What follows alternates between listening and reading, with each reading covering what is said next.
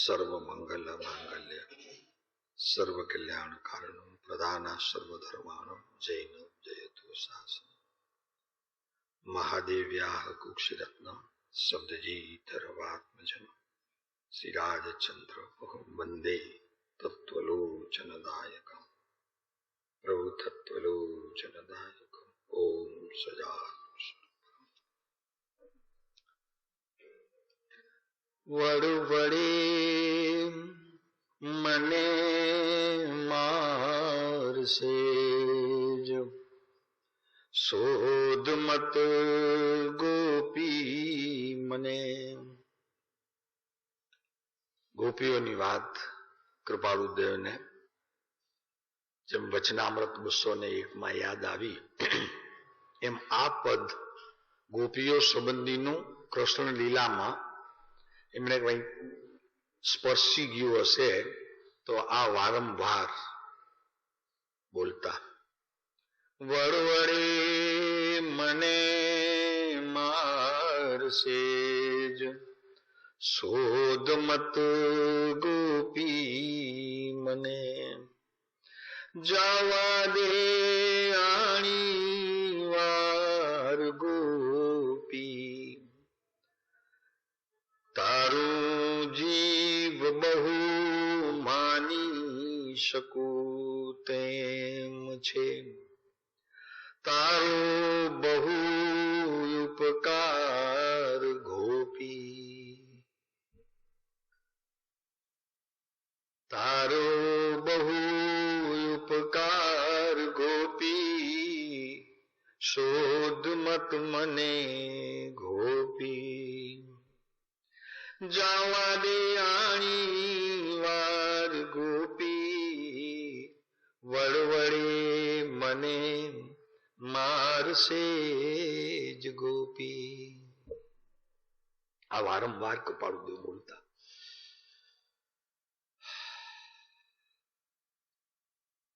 ગોપી એટલે પોતાની ચિત્તવૃત્તિ રૂપ જે કાંઈ પરિણામ પોતાના આત્મતત્વને છોડીને જે કાંઈ બીજા વિચારો વિકલ્પો એ ચિત્તવૃત્તિ પોતાની જ્યાં બહાર જાય તો કે છે કે મને જવા દે, મને મારા ઘરે જવા દે ગોપી. જેમ કૃષ્ણે પણ ગોપીઓને છેલ્લે તો એમ જ કહ્યું કે મારે અહીંયાથી દ્વારકા જવું પડશે, હવે હું અહીંયા ગોકુળમાં રહી શકું નહીં. ત્યારે ગોપીઓ બહુ રુદન કરે છે. ત્યારે એમ કે છે કે આ જમના મને જો ન વાળી શકે તો તમારું રુદન ક્યાં વાળી શકે? કૃષ્ણનો ઉત્તર છે. ત્યારે એ ગોપીઓના રુદનથી જમનામાં પૂર આવ્યા. ત્યારે કૃષ્ણ રડી પડ્યા. એમ અહીંયા કૃપાળુદેવ પોતાના સાધકો અને મુમુક્ષુ જીવોને જ્યારે મળતા એમાં જે ઉત્તમ પાત્રો હતા એમને ગોપી કહેતા કૃપાળુદેવ. એક વખત સુખભાઈને શુક્રભાઈ પોપટલાલભાઈને એમ કીધું કે તમે અમારા ગોપી જેવા છો. તો શુક્રભાઈ એટલે પોપટલાલભાઈ વડવાના કીધું તો કે સાહેબ અમે સંસારમાં ખૂબ શોધીને આ પંચમ કાળના કૃષ્ણને શોધ્યો છે, એટલે આપ કૃષ્ણ છો. ત્યારે કૃપાળુદેવે ભૂલ સુધારીને શુક્રભાઈને કીધું કે કૃષ્ણ નહીં, કૃષ્ણની વાંસળી માત્ર.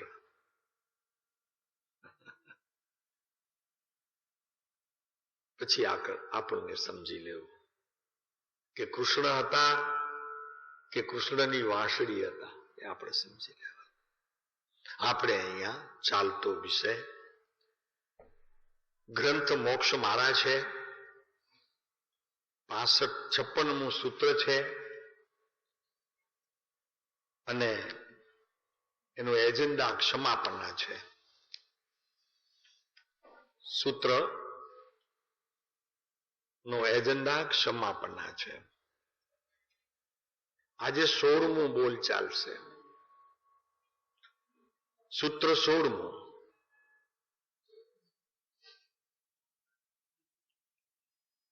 એમાં એમ આવ્યું, 15માં એમ આવ્યું કે તમે પ્રભુ નિરાગી છો, હું રાગી છું. તમે નિર્વિકારી છો, હું વિકારથી સહિત છું. તમે સતચિત આનંદ સ્વરૂપ છો, હું અસતરૂપ આનંદનો પ્રકાર છું. તમે સહજાનંદી છો, હું પુરુષાર્થ કરીને પણ સહજ આનંદને પ્રાપ્ત નથી કરી શકતો. આપ અનંત જ્ઞાની છો, આપે પ્રગટ કર્યું છે, મેં માત્ર પ્રગટ કર્યું નથી. છું તો હું અનંત જ્ઞાનીનો નાથ. અનંતદર્શી, પ્રગટ નથી કર્યું, વ્યક્ત નથી, અવ્યક્તપણે હું પણ એ પદાર્થ છું. અને ત્રૈલોક્ય પ્રકાશક છો. સ્વ અને પર જગતમાં પ્રવર્તતા જેટલા પણ પ્રકાર હોય એ બધાને આપ જાણો છો. હું મારા પાડોશીને જાણું છું, મારા સગા કુટુંબ સંબંધીઓને જાણું છું. કહો તો ટૂંકામાં જ્યાં મને મમકાર છે ત્યાં જાણું છું. જ્યાં મને મમકાર નામ સ્વાર્થ નથી ત્યાં હું એને જાણતો નથી. એટલે જાણું છું, પણ આ જાણપણું મારું છે. તો હવે આની વાત કરે છે. હવે શું પ્રભુ? તો કે હું, જુઓ આ કીધા પછી પોતાની જરી ત્રુટીઓ જણાવે છે કે હું આ તો નથી, અત્યારે ભગવાન આપ જેવો તો નથી, પણ હું માત્ર મારા હિતને અર્થે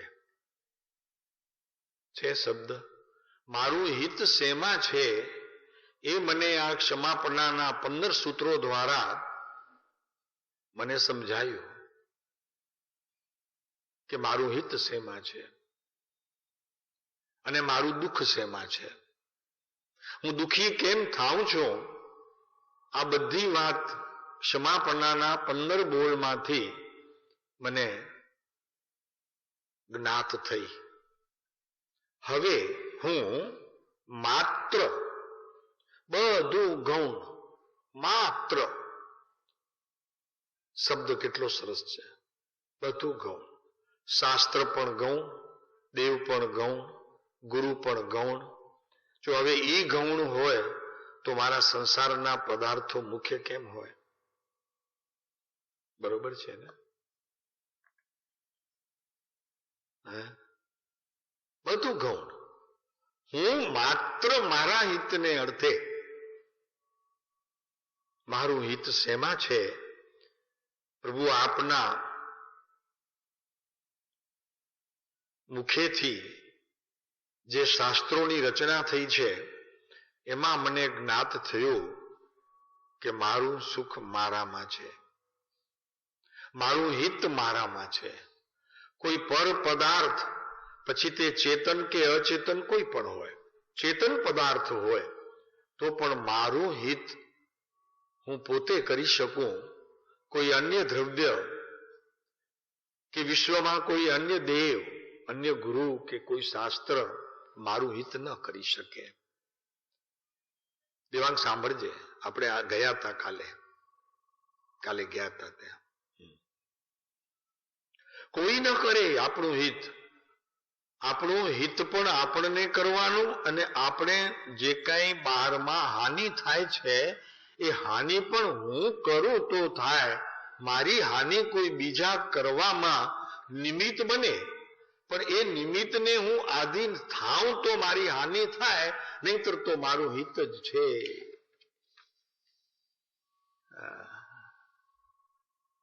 પ્રભુ આ મનુષ્ય ભાવમાં જો સમજવા જેવું હોય તો એક જ છે કે કોઈ પણ વેરી, મારો વેરી મારા આત્માને 3 કાળમાં પણ હાનિ પહોંચાડી શકે નહીં. એમ મારા આત્માનું હિત કોઈ પણ વિશ્વમાં એવો પદાર્થ નથી કે જે મારું હિત કરી શકે. મારું હિત કરવું હોય તો પણ હું જ કરી શકું, અને મારે વેરી ઊભા કરવા હોય તો પણ હું જ કરી શકું.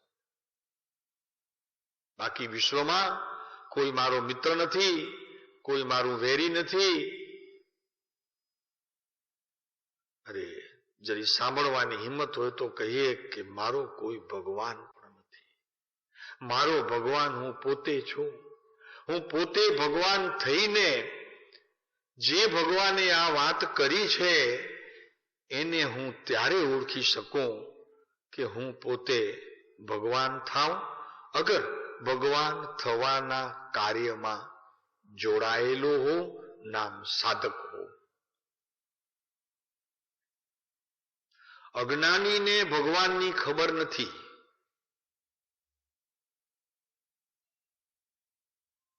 મિથ્યા દ્રષ્ટિને ભગવાનની ખબર નથી. અને મિથ્યા દ્રષ્ટિને બીજી એક ખબર છે કે જ્યાં ભગવાન નથી ત્યાં ભગવાન માનવું એ મોટી એક મિથ્યાત્વની મૂડી છે, જે મૂડી એને 4 ગતિમાં પરિભ્રમણ કરાવે, વર્તમાન પણ સુખ ન પ્રાપ્ત થાય અને ભાવિમાં પણ એને સુખ પ્રાપ્ત ન થાય.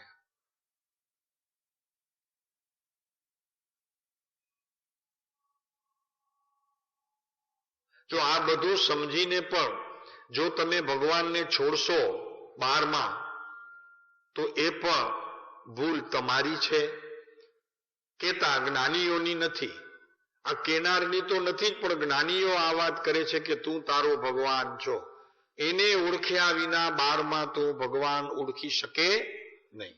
માત્ર પ્રતિમા છે, એનાથી વિશેષ તારું જ્ઞાન કદી પ્રવર્તે નહીં. તો એમનો એ દોષ નથી.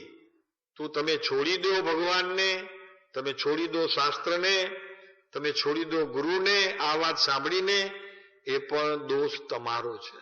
કેમ? તો કે જ્યારે આ જ્ઞાની વાત કરે છે ત્યારે તને ઊંચે લઈ જવા માટે કરે છે.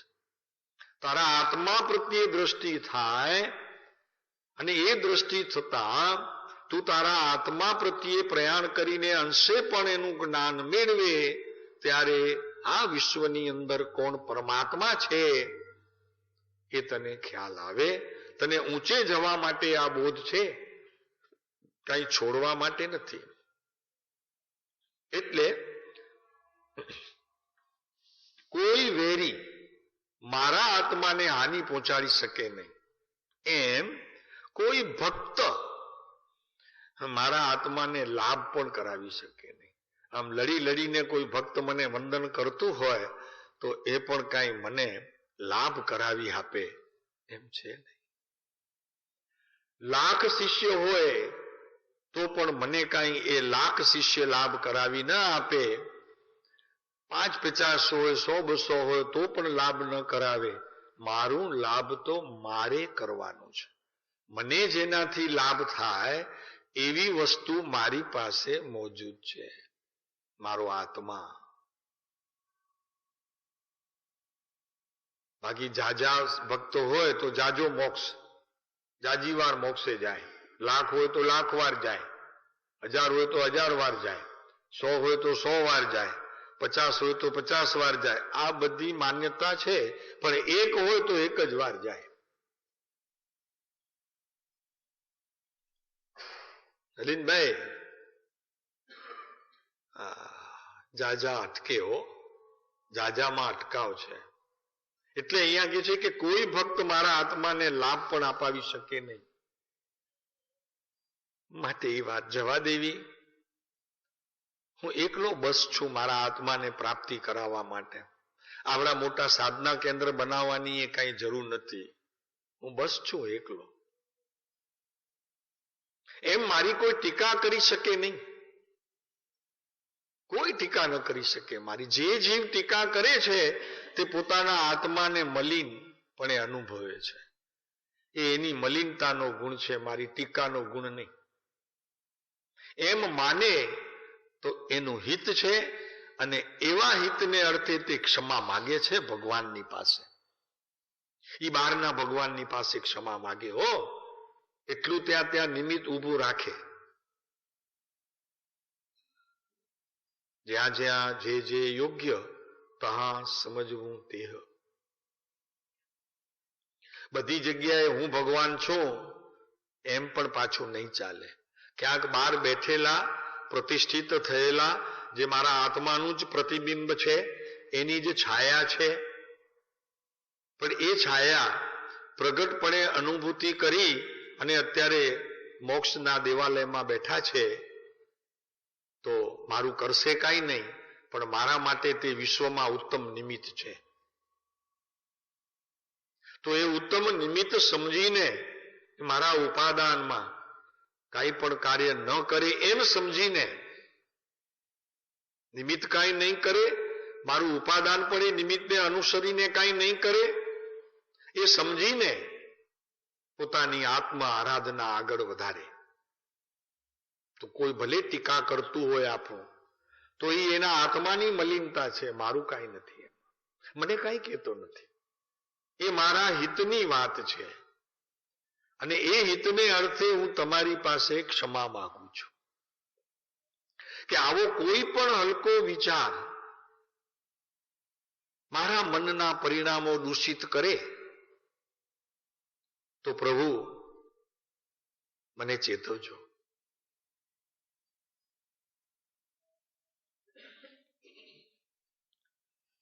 બીજો કોઈ જીવ કોઈ નિંદા કરે, કોઈ મારો નજીકનો ભક્ત હોય એ મારી પ્રશંસા કરે,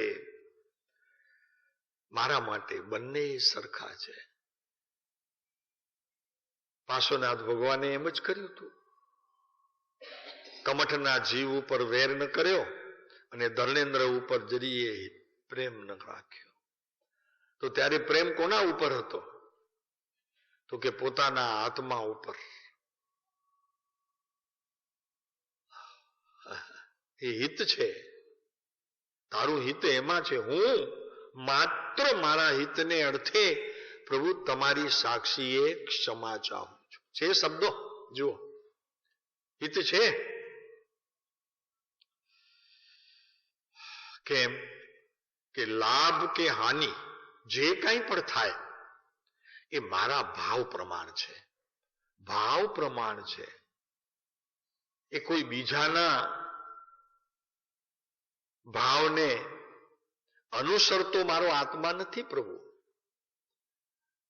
લાભ થાય કે હાનિ થાય એનો હું કરતા થાઉં, અન્ય દ્રવ્ય કરતા થઈને એનું કાર્ય મને મળે એમ બને નહીં. હું ફરી યાદ અપાવીએ, હું માત્ર કહેતા હું સિવાય બીજો ધીરેનભાઈ કોઈ નહીં, હું સિવાય બીજો કોઈ નહીં.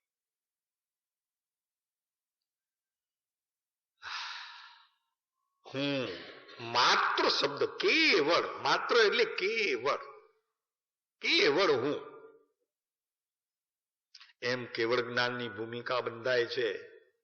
આ જીવ કેવળ જ્ઞાન પ્રાપ્ત કરે છે ને એની ભૂમિકા જે બંધાય છે ને, ભૂમિકા સમજાય ને, તો એની જે ભૂમિકા બંધાય છે ને એમાં આ એક જ રીત છે, શાસ્ત્ર પ્રમાણ છે. મારા વિષયનો વિષય નથી.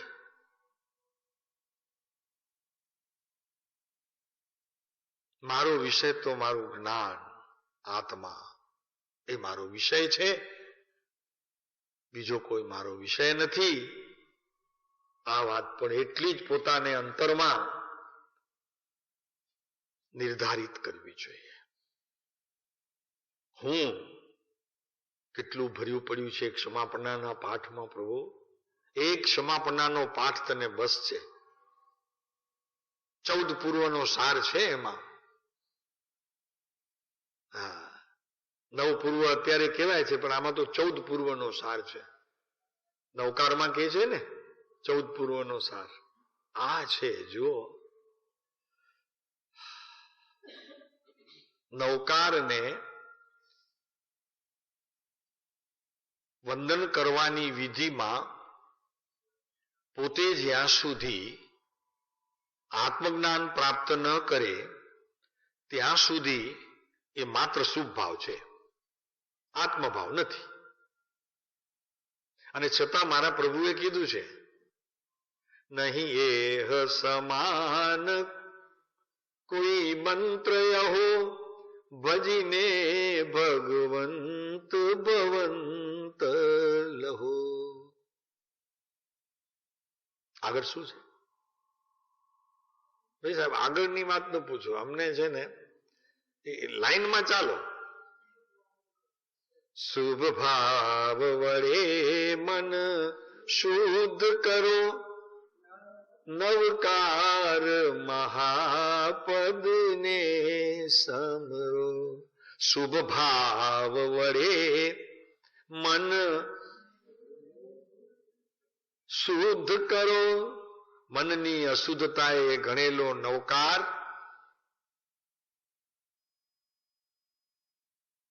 પરિણામ આપ જોઈ લો. મનની અશુદ્ધતાએ ગણેલો નવકારનું ફળ આપ સમજી લો.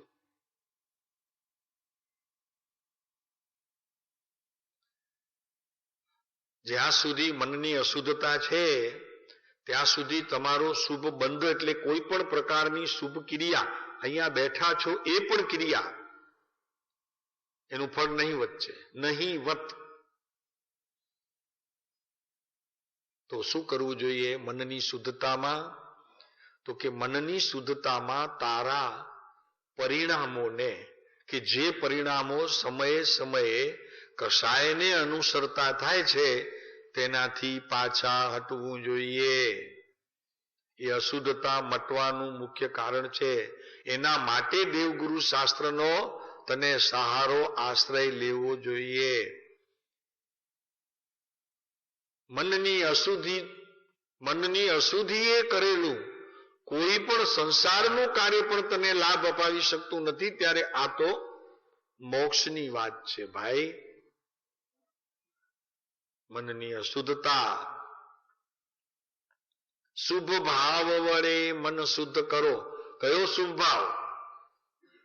એ શુભ ભાવની પણ કૃપાળુદેવે અહીંયા વ્યાખ્યા જુદી કરી છે કે જેમાંથી અશુદ્ધતા પ્રગટ થાય એવો જે શુભ ભાવ, એ ભાવ એક જ છે, આત્માની સ્મૃતિ સહ દેવગુરુ શાસ્ત્રની સ્મૃતિ.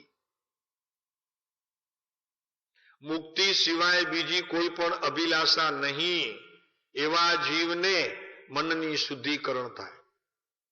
મુક્તિ સિવાય કોઈ ઈચ્છા નહીં. એવું જેનું અંતર પરિણમન થાય એનું મન શુદ્ધ થાય. ટાંટિયા તોડી નાખશે આ યોગ કરીને, યોગાસન કરીને, તો કે મનને કદી નહીં થાય. આ યોગ કરે, પ્રાણાયામ કરે, ગમે તેટલું કરે, કાંઈ નહીં થાય. કેમ કે આ બધી દેહની ક્રિયાથી મન શાંત ન થાય. કેમ કે મન છે ને અત્યારે તમારું આત્મા સાથે જોડાયેલું છે. મન કોઈ દેહ સાથે જોડાયેલું નથી. કયો પત્ર છે? કૃપાળુદેવનું છે ને એક, કયું પત્ર છે? 189. હા જોયું. 62મો પત્ર ક્રમાંક અને પાનું 189. 22મું વર્ષ છે.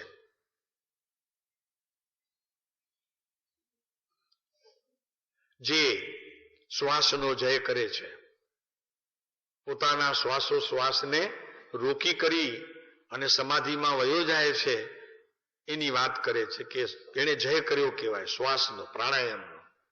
પણ એને ખ્યાલ નથી કે 10 પ્રાણ તે આત્માના નથી.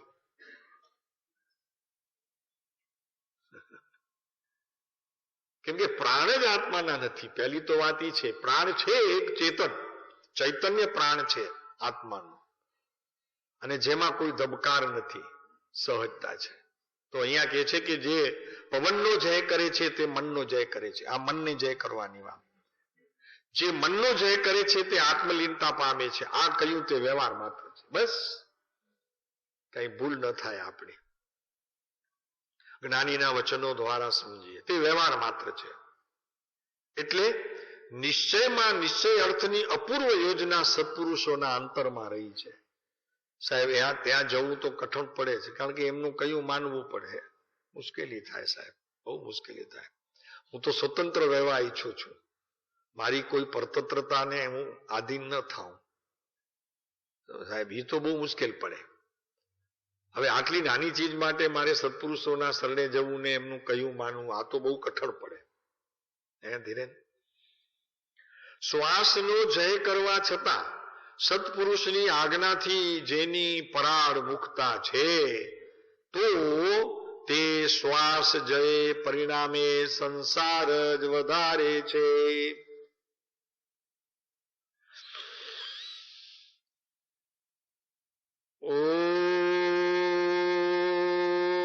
આ બધું ચાલશે 27 તારીખથી સવારના બધું ચાલશે.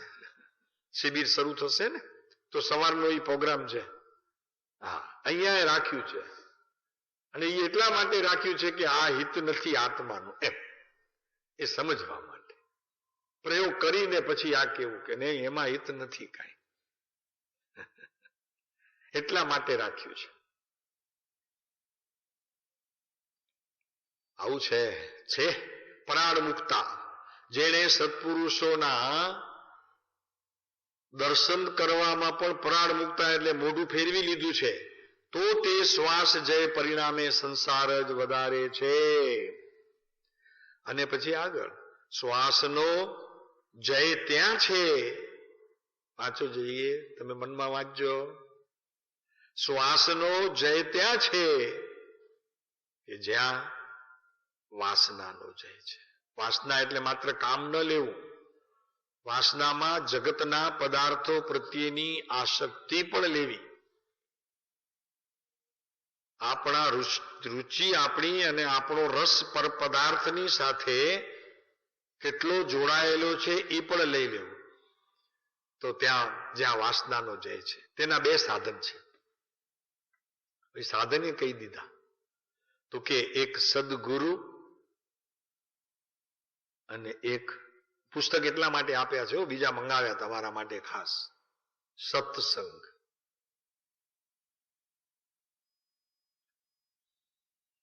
હવે તેની બે શ્રેણી છે, એક પર્યુપાસના અને એક પાત્રતા. તેની બે વર્ધમાનતા છે, ત્યારે વાંચી જઈએ છીએ, પત્રનું વિવેચન તો ત્યાં ચાલે છે. પરિચય અને પુણ્યાનુબંધી પુણ્યતા. અહીંયા પાપાનુબંધી પુણ્ય નહીં ચાલે, પુણ્યાનુબંધી પાપ નહીં ચાલે. અહીંયા તો પુણ્યાનુબંધી પુણ્ય જોઈશે. અને આ સગડાનું મૂળ તારું હિત કરવું છે ને ભાઈ, તારું હિત તારા હૃદય છે ને. અને એવો કોઈ પુરુષ હોય કે પોતાનું અહિત ઈચ્છે? વિશ્વમાં એક પુરુષ મારી સામે લાવો અહીંયા કે જેને અહિત પ્રિય હોય પોતાનું, એક શોધ્યો નહીં મળે. ગમે તેટલો દુઃખી હશે કે ગમે તેટલો સમૃદ્ધ હશે, પણ એનું અહિત એને પ્રિય નથી, એનું હિત જ એને પ્રિય છે. પછી રુચિ ભલે ને પૈસા તરફ હોય, કુટુંબ તરફ હોય, સમાજ તરફ હોય, પણ એને જોઈએ છે તો હિત. અહિત તો કોઈ ઈચ્છતું નથી. જો છે પરિચય અને પુણ્યાનુબંધી પુણ્યતા. સગડાનું મૂળ, જરાક શબ્દ ઝાંખા પડે છે, તમને ઝાંખા પડે જ કે દેખાય છે? હા પ્રેમજીભાઈ, છે કોની પાત્રતા? તો કે સાહેબ દેવગુરુ શાસ્ત્ર સાચા મળે તો મારી પાત્રતા થઈ ગઈ, મારું જ્ઞાનનું ક્ષયોક્ષમ વધી ગયો, હું હજારોની સભાને ને લાખોની સભાને પકડી રાખું છું મારી ભાષા વડગરાના જળ પૂતગલો દ્વારા, તો મારી પાત્રતા થઈ ગઈ. હું જાજી ક્રિયા કરું છું જપ તપમાં, યાત્રામાં, દાનમાં, તો મારી પાત્રતા થઈ ગઈ. હા, હું એક જ ટાઈમ ખાઉં છું, મારી પાત્રતા થઈ ગઈ. ભાઈ પાત્રતા એક જુદી વસ્તુ છે અને પાત્ર બદલવા જુદી વસ્તુ છે. સ્ટીલના છોડીને લાકડાના રાખ્યા, લાકડાના છોડીને હાથ રાખ્યા. ભાઈ આ બધું પાત્ર છે. અહીંયા વાત પાત્રતાની ચાલે છે. આ બધું બહારનું છે. એનું મૂળ આત્માની પાત્રતા છે.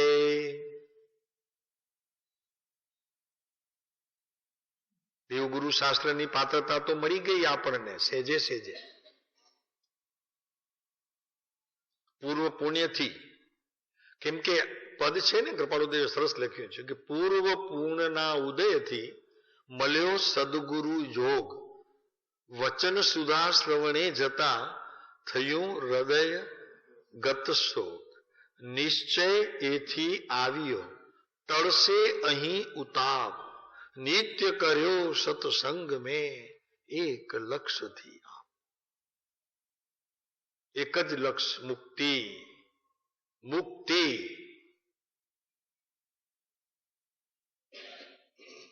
રામસિંહ દોહામાં રામસિંહ આચાર્ય કહ્યું છે કે જેને આત્મા જોઈતો હોય તેને અઢી અક્ષર જ બસ છે, અને પ્રેમ કરવો હોય તો પણ અઢી જ અક્ષર બસ છે. એમ આવે છે ને ભાઈ, વહાલ વહાલ કરવો, અઢી અક્ષર થયા. એમ તારે આત્મા અઢી અક્ષરનો બનેલો છે. રામસિંહ પાઉડમાં પુસ્તક લખે છે કે આ અઢી અક્ષરને યથાર્થપણે સમજી લે, તારું હિત જ છે, તારું હિત છે. કારણ કે એને અનુરૂપ તું દેવગુરુ શાસ્ત્ર શોધીશ, એને અનુરૂપ તું સત્સંગ શોધીશ, અને એને અનુરૂપ આ પર પદાર્થ પ્રત્યેની આસક્તિ છૂટશે, જગતનો મોહ છૂટશે, એટલે કુટુંબ અને સમાજ અને ઘરનો મોહ છૂટશે. એને અનુકૂળ પેલા નક્કી કર, આત્મહિત શેમાં છે. 123 વચનામૃત જુઓ, કૃપાળુદેવે બહુ સરસ વાત મહાવીરની વાત મૂકીને વાત કરી છે.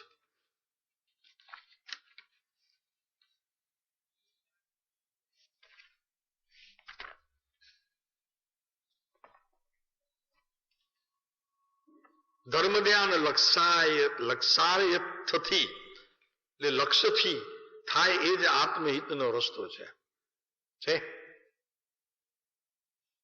ચિત્તના સંકલ્પ વિકલ્પથી રહિત થવું એ મહાવીરનો માર્ગ છે.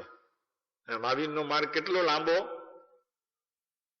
તો કે અહીંયા નક્કી કર કે કોઈ સંકલ્પ પણ નહીં ને કોઈ વિકલ્પ પણ નહીં, કાંઈ નથી કરવું. મારે સંકલ્પ નથી કરવો, મને મોક્ષ જોઈએ છે એનો સંકલ્પ નહીં, અને એના સંબંધીનો કોઈ વિકલ્પ નહીં. સાહેબ હમણાં તો તમે હજી 1 મિનિટ પહેલા બોલ્યા કે એક જ લક્ષ્ય હોવું જોઈએ, પણ અમે લક્ષ્યની વાત કરી, અમે ધ્યેયની વાત કરી, અમે ક્યાં વિકલ્પ ને સંકલ્પની વાત કરી? સંકલ્પની વાત કરી? પકડો નહીં અમને, ખોટા ન પકડો અમને, બરોબર. અમે કીધું લક્ષ્ય કરો, ધ્યેયને જુઓ. તો ધ્યેયમાં એક જ વસ્તુ ભરતભાઈ દેખાય છે મને. મેં ધ્યેય નક્કી કરેલું છે કે મને મુક્તિ જોઈએ છે, લક્ષ્ય નક્કી કર્યું છે. વિધાય ક્યારે કેમ એની તૈયારી કરીશ, એના માટે બધા સાધનો જેટલા ઉપલબ્ધ હશે આ પંચમ કાળમાં, અને એમાં પણ જે મને અનુકૂળ વિશેષ આવશે તો મેળવીશ, કોઈ પૂર્વના યોગે, પુણ્યના પ્રતાપે. તો ધર્મ ધ્યાન લક્ષ્યાર્થથી થાય એ જ આત્મહિતનો રસ્તો છે. આત્મહિત હું માત્ર મારા હિતને અર્થે. હા, અલિપ્ત ભાવમાં રહેવું એ વિવેકીનું કર્તવ્ય છે. અલિપ્ત ભાવ એટલે શું? ભાવ તો આવશે પણ અલિપ્ત ભાવ, ક્યાંય પણ લેપાયેલા નહીં, એક આત્મા સિવાય ક્યાં એનું લેપન નહીં. રાજી ન થવું ભાઈ. તને જે કંઈ મળે છે જગતના પદાર્થો એ ગમે તેટલા ઉત્તમ હોય પણ રાજી ન થવું ભાઈ. મધ્યસ્થ પરિણામ રાખજે. ઠીક છે, મારું પુણ્ય છે, મને મળ્યું છે, પણ એમાં લેપાતો નહીં. આ મળ્યું છે એમાં રાજી નહીં થતો. મુંબઈમાં 4 બેડરૂમ ને હોલ કિચનમાં રહેતો હોય, રાજી નહીં થતો ભાઈ. એમ નારાજ પણ નહીં થતો. નારાજ થઈશ તો ઘરવાળા વઢશે, રાજી થઈશ તો ભગવાન વઢશે. જાય ક્યાં? અલિપ્ત ભાવમાં. જાય ક્યાં? અલિપ્ત ભાવમાં. ત્યાં કોઈ વડવા વાળું જ નહીં. નારાજ થાય ને, તમે કયો ઘરમાં નલિનભાઈ તો કે આપણે કેટલો સરસ મજાનું બનાવ્યું છે ને, એમ કયો તો રાજી થાય. પણ બીજાના કોઈ ઘર જોઈ આવ્યા હો અને ત્યાં ભૂલો બતાવો તો ઘરવાળા નારાજ થાય. તો કે કા બનાવી આપો ને કા વાત ન કરો, કે આપણે છે એ બરોબર છે. અને બહુ રાજીપો ન રાખો, બહુ સુમસામ બેઠા હો, ઉદાસ થઈને બેઠા હો, છે નહીં ઉદાસીનતા, પણ કોકની ઉધારી લાવીને શાસ્ત્રમાંથી. ઉદાસીનતા શાસ્ત્રમાંથી મળે હો ઉધારી. આમ ઉદાસ થઈ જાય તોય ઘરવાળા વઢે, આ હું છોકરીઓ મોઢું કરીને બેઠા છો. સરખા બેસો, કઈ ઘરમાં એવી રીતે ન બેસાય. એ તો જાઓ મેં મંદિરમાં બેસી જાઓ ત્યાં. તો અલિપ્ત ભાવમાં રહેવું. અલિપ્ત એટલે મારા સિવાય એ ભાવને કોઈ બીજો જાણી શકે નહીં. મારે સાધના કરવી છે ભાઈ, મારું આત્મહિત શેમાં છે એ મારે જાણવું પડશે. અલિપ્ત ભાવ. કોઈનાથી લેપાવ નહીં. કોઈનાથી એટલે મને કોઈ કે ચાલ તને આજે અહીંયા એક સંત આવ્યા છે, મોક્ષની બહુ સરસ વાતો કરે છે, કદાચ કામ થઈ જાય. નહીં પ્રભુ, એને કેવું કે મોક્ષ તો મારી પાસે છે, બહાર તો ક્યાં છે, હું ક્યાં જાઉં પણ. તો કે કુકમામાં બહુ સરસ વાર્તા સારી આવે છે, કથની બહુ સારી, ત્યાં ચાલો.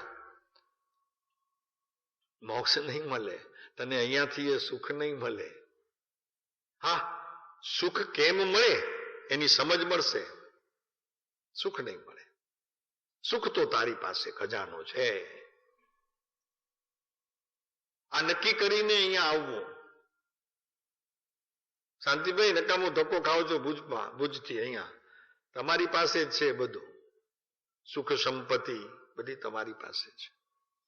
આનંદ, મોજ, મજા બધું આપની પાસે છે, બહાર ક્યાંય નથી. અને મળવાની આશા રાખશો અને એમાં એક દિવસ દેહ છૂટી જશે, પસ્તાવાનો વારો આવશે. કાંઈ કહ્યું નહીં.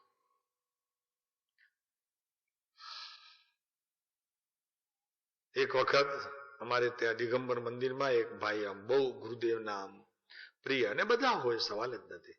એમણે કીધું કે આ કાળમાં જે કોઈ જીવ મોક્ષની સાધના કરતો હશે અને અહીંયા આ મંદિરમાં નહીં આવે એનો મોક્ષ નહીં થાય. મેં કીધું આ વાત તમે નવી કરો છો, ગુરુદેવે કઈ નથી, તમે ક્યાંથી કાઢી, મને બતાવો. તો કે ના, અમારી શ્રદ્ધા બોલે છે, તમારી પાસે રાખો. મેં કીધું આ ભૂલ છે તમારી, મોટામાં મોટી ભૂલ છે.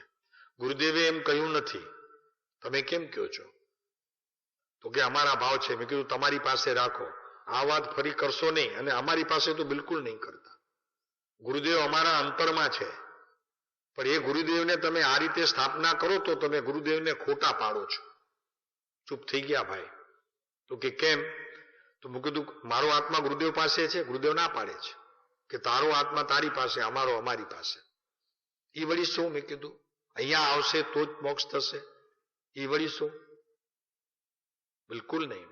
એમ ગુરુદેવે કીધું નથી. એટલે આવી ભેળસેળ આ કાળમાં બહુ ચાલશે, બહુ ચાલશે. આપણે ચેતી જવું. અમે તો એટલે તો પોકારીને કહીએ છીએ કે રાજનગર સાધના કેન્દ્રમાં આવનારને મુક્તિ નહીં મળે. મુક્તિનો ઈચ્છક પોતે હશે અને પોતાના આત્મામાં જશે તો મુક્તિ મળશે. અહીંયાથી કાંઈ નથી મળવાનું. હા, બહુ બહુ તો કદાચ અહીંયાથી તમને રીત મળે, જો તમને વિશ્વાસ શ્રદ્ધા હોય તો. એ પણ, અને અભ્યાસ વિના શ્રદ્ધા આંધળી થઈ જશે. તત્વના અભ્યાસ વિના શ્રદ્ધા તે આંધળી થઈ જશે. માટે તત્વનો અભ્યાસ કરી અને કોઈ પણ સાધનાનું ક્ષેત્ર પસંદ કરવું, નિર્ણય પોતાને કરવો.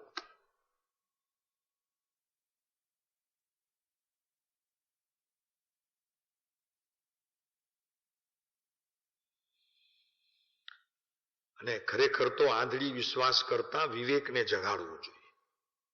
વિવેક જગાડો કે સ્વ કોણ અને પર કોણ, એ વિવેકને જગાડો.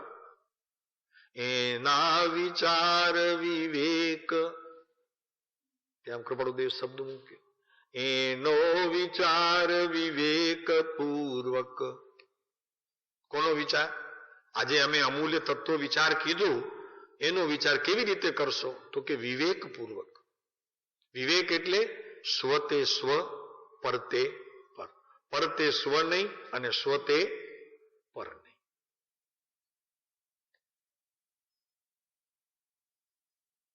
એનો વિચાર વિવેક પૂર્વક શાંત ભાવે જો કર્યો.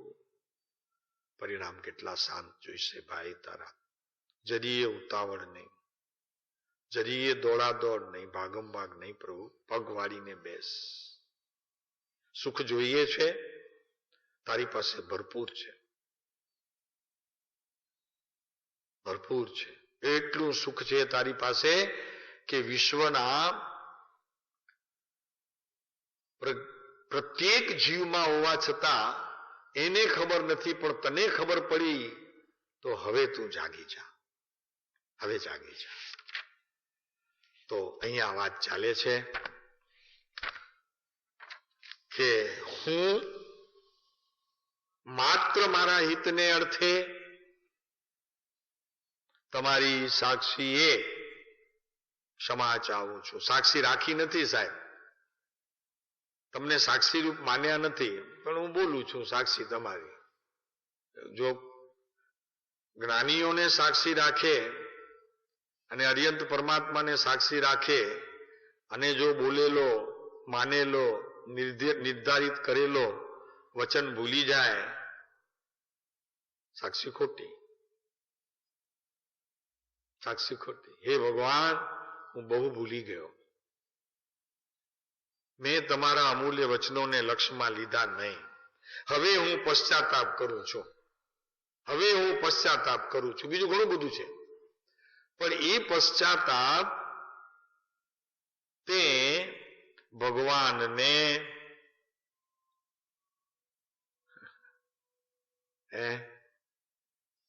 સાક્ષી માન્યા નહીં. તારા આત્માની તો પછી સાક્ષીની વાત કરજે. પેલા ભગવાનની સાક્ષીએ જે કઈ નિયમ લીધા છે અને લેવા જોઈએ, લીધા પછી ભાંગવા ન જોઈએ. કોની સાક્ષી લીધી છે ભાઈ? તે ત્રણ લોકના નાથની, સર્વજ્ઞ પરમાત્માની તે સાક્ષી લીધી છે. તમારી સાક્ષીએ હું ક્ષમા ચાહું છું. જો ક્ષમા ચાહે છે તો કોની ક્ષમા ચાહે છે? તો કે પ્રભુ અનંત કાળમાં પરમાં રમ્યો, પર સ્વભાવને મારો સ્વભાવ માન્યો, પર પરિણતિને મારી પરિણતિ માની. આ બધી મારાથી ભૂલો થઈ પ્રભુ, એનું હવે હું તમારી સાક્ષીએ ક્ષમા માગું છું, હવે ભૂલ નહીં કરતો. કૃપાળુદેવ પાસે એક ભાઈ આવ્યા તો કે સાહેબ, આમ તો હું બહુ રૂડો જીવ છું એમ મને ગામવાળા કહે છે. તો કે અમે કહીએ છીએ જીવ તો રૂડો છે. જો જીવ રૂડો છે એમ કીધું. શું કીધું ફરી? હે શું કીધું? હા, તો કે અમે કહીએ છીએ તું તો બહુ રૂડો છો ભાઈ. સમજાણું આમાં પ્રેમજીભાઈ? જીવ તું રૂડો છો એમ. પછી સંયોગમાં વાત નથી કરી અમે, જીવ તું રૂડો છો. તો એમણે કીધું આવનાર ભાઈએ તો કે સાહેબ આ મારા કર્મ લઈ લો ને. કારણ કે જ્યાં જાઉં છું, જે સભામાં જાઉં છું ત્યાં કર્મની વાત આવે છે. આપણે અહીંયા કર્મની વાત આવે તો એને અહીંયા છલાંગ મારીને બહાર ફેંકી દઈએ છીએ આ સભામાં. સમજાણું? પણ ત્યાં બહુ વાત આવતી હતી કર્મની. જ્યાં બિચારો જતો હશે ત્યાં તો કૃપાળુદેવને કહે કે કર્મ લઈ લો ને સાહેબ મારા. ઓહો કે આપી દે. જેવું આમ કૃપાળુદેવે પોતાનું આમ પંચીઓ આમ કર્યું તો કે ઉભો રે, એક શરત છે મારી, તારે નવા ન બાંધવા.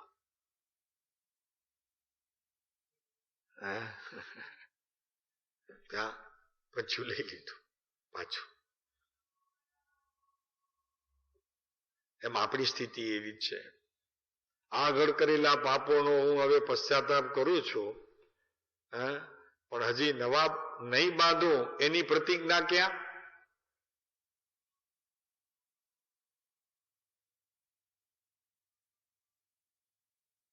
ભાઈ કર્મ એટલે ખોટા કાર્ય, એનું નામ પડ્યું કર્મ. હું માત્ર મારા હિતને અર્થે, હું માત્ર મારા હિતને અર્થે શું કરું છું? તમારી સાક્ષી હો, ક્ષમા ચાહું છું ભાઈ, તું ખ્યાલ રાખજે. તે કોર્ટમાં સાક્ષી નથી આપી કે ફરી જાય. આ ભગવાન પાસે તે સાક્ષીએ તે નક્કી કર્યું છે, ખ્યાલ રાખજે. આ વિતરાગ ધર્મને તે અંગીકાર કર્યો છે, અને વિતરાગ ધર્મને અંગીકાર કર્યા પછી જે પરમ વિતરાગ પુરુષ છે એની સાક્ષીએ મારે આત્મા સિવાય અન્ય પદાર્થની કાંઈ પણ ઉપલબ્ધિ ન થાય એવી પ્રતિજ્ઞા લીધી છે. તે ખ્યાલ રાખજે ભાઈ.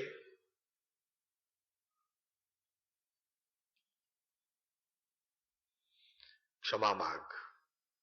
તારા એવા ભાવ તો ના હોય ને કે દુર્જન હંમેશા દુઃખી થઈ જાય, એવો તો ભાવ તારો ન હોય ને કે દુર્જન પુરુષ દુઃખી થઈ જાય. એ તો તારું અહિત છે.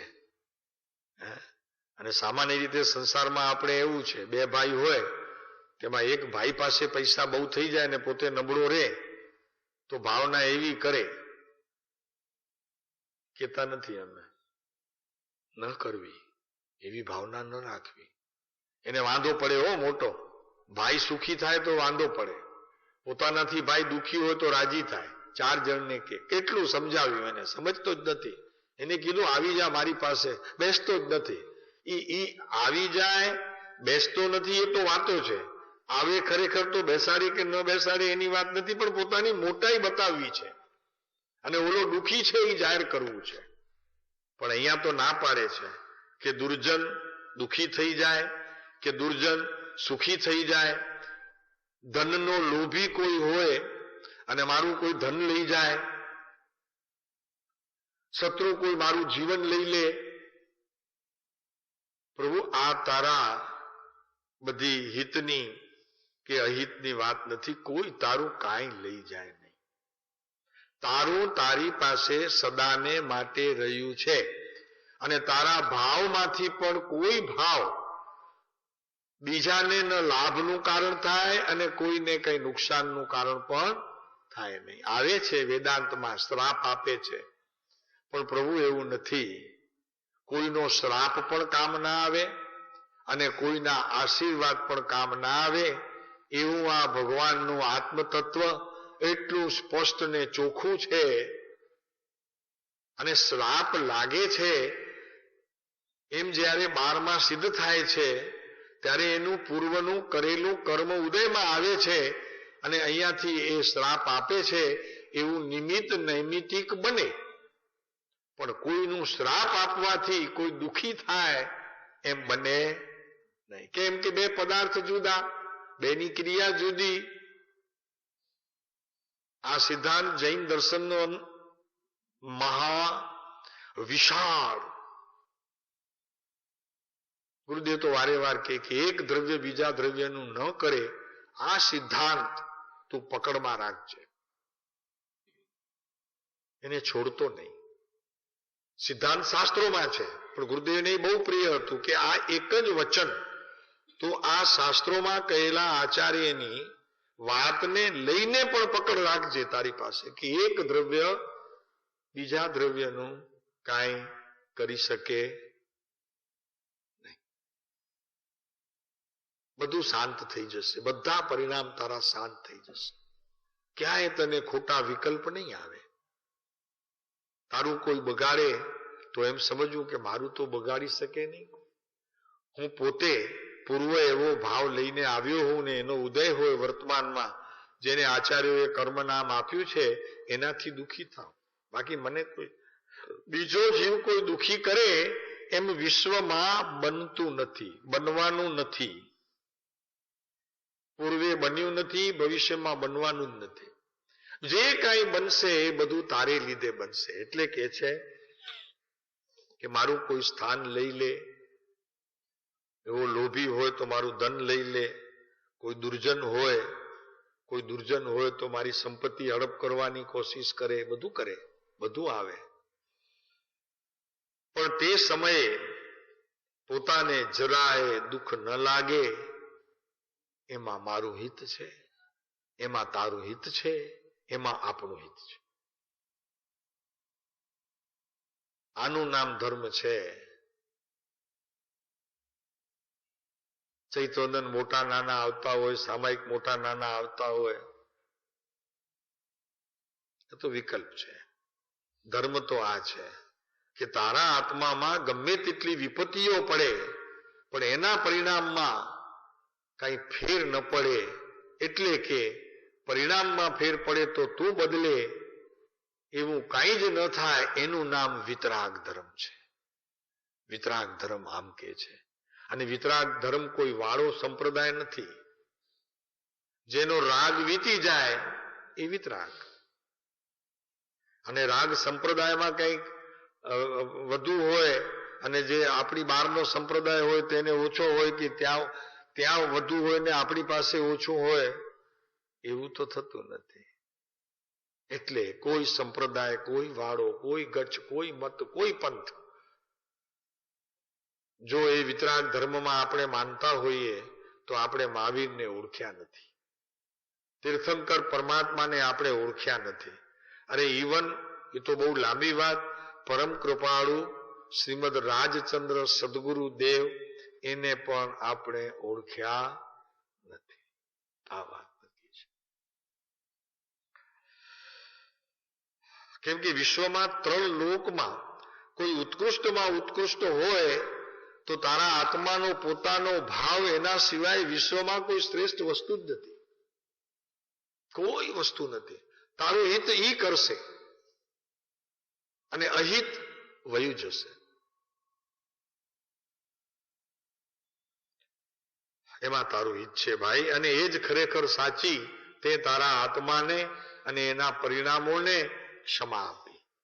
વિચિત્ર પરિણામોને ક્ષમા આપી. તે તારા આત્માને ક્ષમા આપી કોઈ દિવસ? આત્માને નામ આપી, નામ પરિણામને. પરિણામ તારા જે સમયના જે વિકારી કે વિભાવ પરિણમન થયા, એ પરિણામને તે કોઈ દિવસ મિચ્છામી દુક્કડમ કીધા? નલિનભાઈ કીધા મિચ્છામી દુક્કડમ? તો મારી ભૂલ થઈ ગઈ પ્રભુ. આ વિકાર અને વિભાવ નહોતો, હું જ્ઞાતા બી નહોતો, એનો દ્રષ્ટા પણ નહોતો. અરે પ્રભુ એટલું જ નહીં, મારો એ ગુણ પણ નહોતો, એ મારી સંપત્તિ પણ નહોતી, અને છતાં કેમ થયું? તો પ્રભુ મને ક્ષમા કરજો. આપની સાક્ષીએ હું ક્ષમા ચાહું છું. છે ને પાછળ, હું માત્ર મારા હિતને અર્થે તમારી સાક્ષીએ ક્ષમા ચાહું છું. કેમ કે મેં આત્મહિતનો રસ્તો હવે પસંદ કર્યો છે. મારું હિત જેમાં છે એ રસ્તો મેં પસંદ કર્યો છે.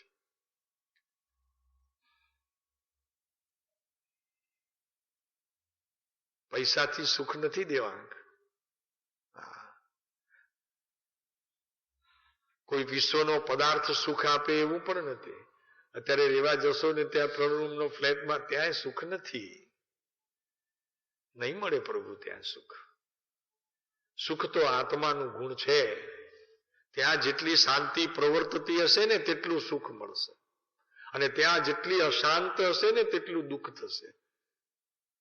સુખ દુઃખ મન માન આણીએ, ઘટ સાથે રે ઘડિયા, તાળ્યા તે કોઈના નવ ટળે, રઘુનાથ ના જડિયા. રઘુનાથ આત્મા, રામે દુઃખ નથી આપ્યા કે એ તમારી પાસેથી લઈ લે. એ ભગવાન મને તારજો ભલા, તમારા બારણે આવ્યું છે. ભગવાન કે મારું કામ નથી પ્રભુ, બીજા દેવને શોધ, તને મળે તો. મારું કામ નથી. હું કોઈને તારું નહીં, અને કોઈને તારું તો કોઈકને ડૂબાડ્યું છે એ સિદ્ધ થઈ જાય, મને મોટો દોષ લાગે. સમજાય છે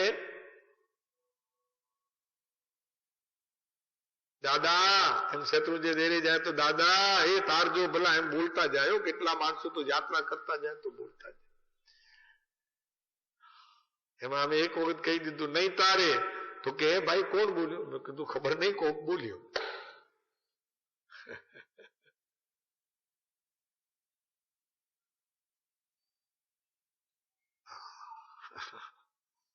જગત ક્યાં છે પ્રભુ, અને આ સભા ક્યાં છે?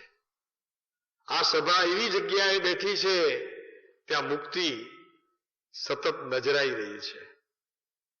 આ સભા છે. દુઃખ નજીક આવે એમ નથી પ્રભુ.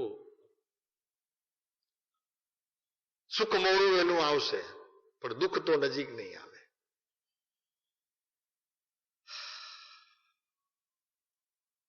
માટે અજ્ઞાની જીવને આચાર્ય એમ કે છે કે હે અજ્ઞાની, ગમે તેવા તારા સંસારમાં ઉપદ્રવ આવે ચલિત નહીં થતો, અને તારું હિત શેમાં છે એ વાતને સતત લક્ષમાં રાખજે. ચલિત નહીં થતો, આવશે. અને પછી કહીએ એવો છે ભગવાન મહાવીરને નહોતા કરવા પડ્યા, પાછળ ભગવાનને સહન ન કરવા પડ્યા. હવે એમાં મારે સહન કરવા પડે, એમાં શું? હવે સહન કરતી વખતે કેટલો દુઃખી છે એ કોઈ થર્મોમીટર મૂકે તો ખબર પડે. હવે બોલે હો ખાલી, એમાં હું હવે. પણ કેટલા આંકડા ફાફડા થઈએ છીએ આપણે, એનું માપ માટે થર્મોમીટર વિચાર છે આપણે કાઢવાનો. ધીરેનભાઈ કોઈ મળે તો જોજો વૈજ્ઞાનિક, એનું અંતરનું માપ મળે. દેહનો તાવ તો મળે, પણ અંતરનું તાપ કેટલું છે.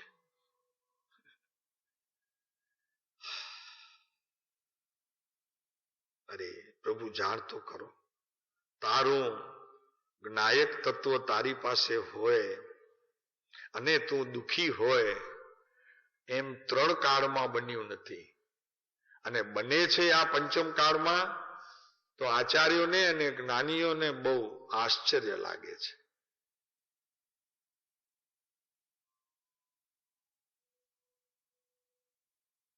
એક અરબપતિ દુઃખી હોય એમ જયારે આપણને કહે ત્યારે આપણને આશ્ચર્ય લાગે કે મારા બેટા ગજબ કરે છે, હજી કઈ વધુ જોઈતું હશે.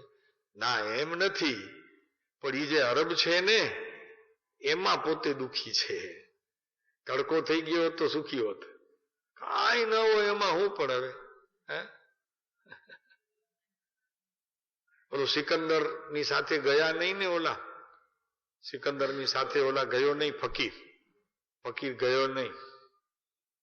ઘણી બધી માથાકૂટ કરી, તો કે ચાલ ને તને આમ ને તને તેમ ને તું અહીંયા દુઃખી છો ને પહેરવા લુગડા નથી ને એમ કરીને પછી આવ્યો નહીં તો સાલા મારી વાત નથી માનતો એમ કરીને ઓલી લંગોટ પહેર્યો તો એ ખેંચી તો પોતે થઈ ગયો નગ્ન દિગંબર, નાચ્યો તરત જ. તો કે તમે મને છોડાવ્યો.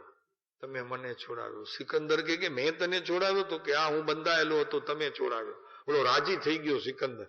તો કે થયું શું? એ તો કે આ જતી નથી, તમે કાઢી નાખી, હારું થયું. લ્યો, આ જતી નહોતી, એમાં મન મારું ભરાયું હતું કે કેમ બેસું એવી રીતે. આવા હોય છે હિન્દુસ્તાનના ફકીરો ને સંતો, અને એ સુખી હોય. હા, જેને પોતાના આત્માનું હિત હૈયે હોય ને એ સાધનાના ક્રમથી મુક્તિના દ્વાર સુધી સુખી હોય. જ્યારે પછી 8, 10, 15, 25 ભાવે મુક્તિ મળે. સાધનાના ક્રમના પહેલા ચરણથી મુક્તિનું છેલ્લું ચરણ, ત્યાં સુધી સાચા સુખના તે અધિકારી હોય છે.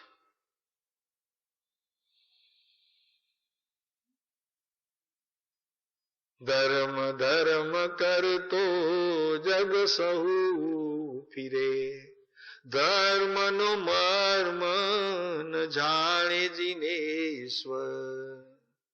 કૃપાળુદેવ એક લીટીમાં લખ્યા છે કે શાસ્ત્રમાં ધર્મ કયો છે, મર્મ તો સદગુરુના અંતરમાં છે. લે કરવા, શાસ્ત્રમાં ધર્મ કયો છે, પણ એ ધર્મનો મર્મ જો કોઈની પાસે હોય તો તેના દાતા સત્પુરુષ છે.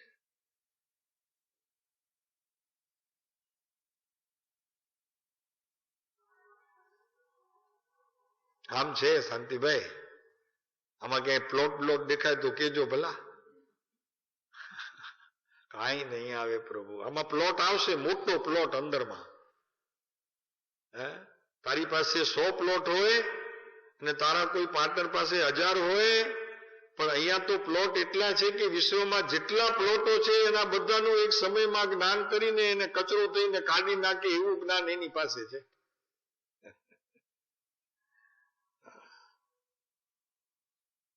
વિશ્વની તમામ સંપત્તિનો માલિક છતાં પણ ક્યાંય એક અંશ માત્ર પણ મમતા નહીં,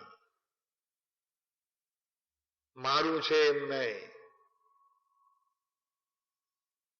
આવા વિતરાગ માર્ગના આપણે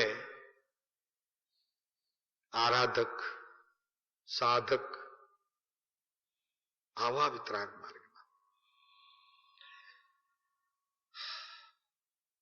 બસ આ બધી અંતર્મુખ દ્રષ્ટિ થાય, આ એની કમાલ છે, આ એની બધી ધમાલ છે.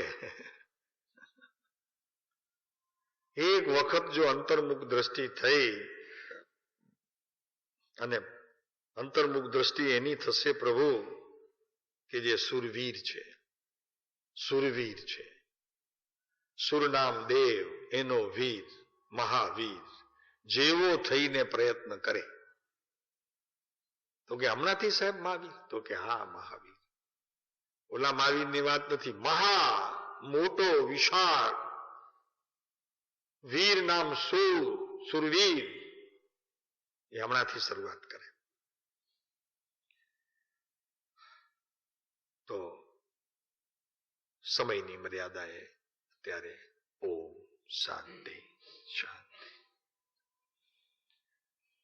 2 મિનિટ મૌન, આંખ બંધ, એકાંત ચિંતન. પુસ્તક બંધ કરજો, પુસ્તક કોઈ ખુલ્લો ન રાખે.